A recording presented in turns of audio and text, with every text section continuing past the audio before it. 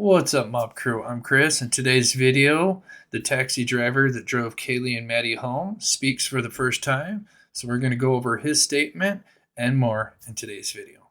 Also, today's missing person case is Carly Jackson, just 14 years old, missing from Phoenix, Arizona. She will be featured at the end of my video, so please stay until the end for that. Thank you so much.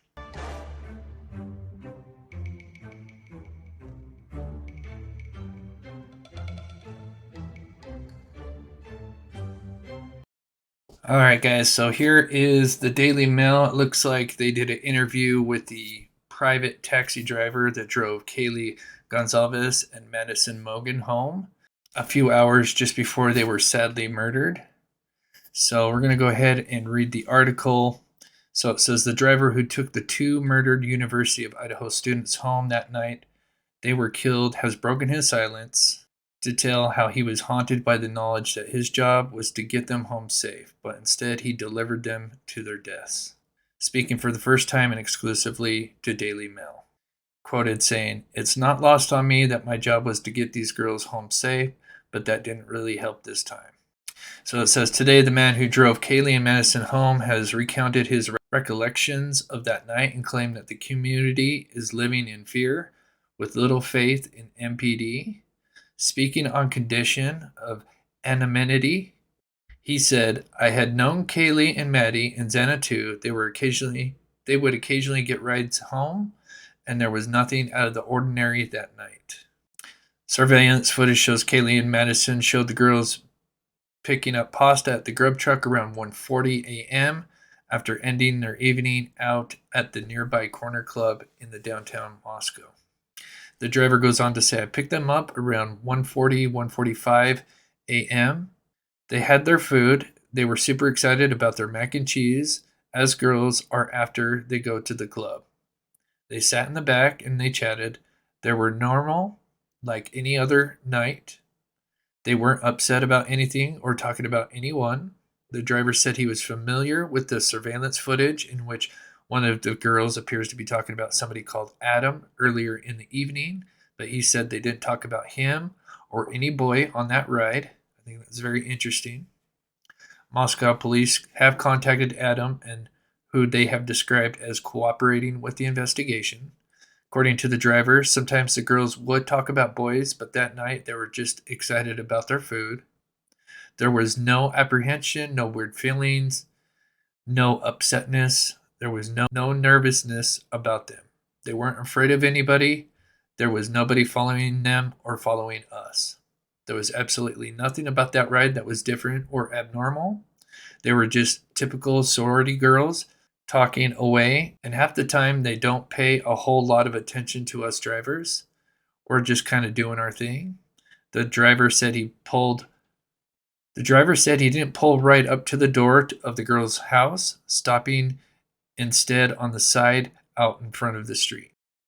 He said, "I just sort of pulled in front of the driveway. I didn't pull right into the parking lot. I usually try not to do that because that's an easy way to get robbed. I try to stay in positions where I can go in either direction so I can get away if I have to. It's never happened, but you hear about these things." But on that night, he saw and felt no threat. In fact, he said, "I didn't watch them go all the way in. There were two of them. It's a relatively safe place. It's not something I would usually sit and watch. Sometimes I absolutely will if I feel a kid needs help. I've taken kids to get their stomach pumped if I feel they have to. This is a college town. These kids are trying to live their lives. We, drivers, try to look out for them. They don't need to be preyed on. The fact that Kaylee and Madison are friends were so brutally murdered within a couple of hours of him making that drop off as the driver said, has weighed on him. He said, "I've been driving for years and it weighed on me. It was rough to think I was one of the last people to see them alive. When I saw the news on Monday, it occurred to me I was in that neighborhood, but that was before they'd released any names. As soon as I knew for sure it was the girls, I went to the police." He said, swiftly eliminated from any inquiries, having provided officers with a wealth of digital data and the time receipt from the Taco Bell to which he went after dropping the girls back home. In 3 weeks, In the weeks since the murder, he has watched, he said, with dismay as police have shared little information and the families of the victims have grown increasingly impatient. He said, I took about a week off of driving when I just stepped back from it all. Those kids deserve justice and they're not getting it. It feels to this community like the police aren't even trying, which is 100% related to how they aren't communicating with the community. People are scared. Most of us have very little faith in the MPD. We can't tell if we are watching qualified investigators who have a handle on the situation or if they are completely at a loss and grasping for straws. Moscow police have pushed back at the suggestion that inexperienced officers, the lead investigator has only been a cop for 2 years, are hampering or have already botched the investigation.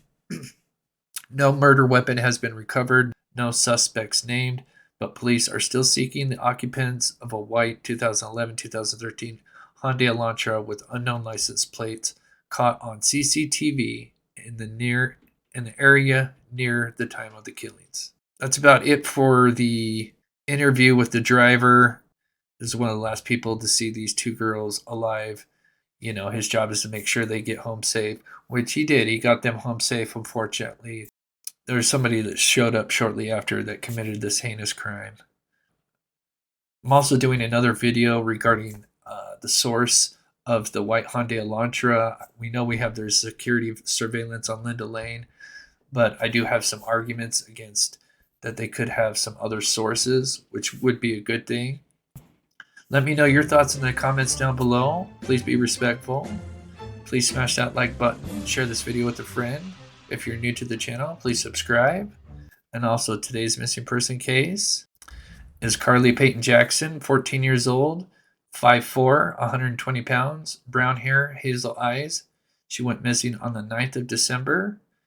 She went missing in Phoenix, Arizona. If you have any details, please call the Phoenix Police Department or 911. And thank you guys so much.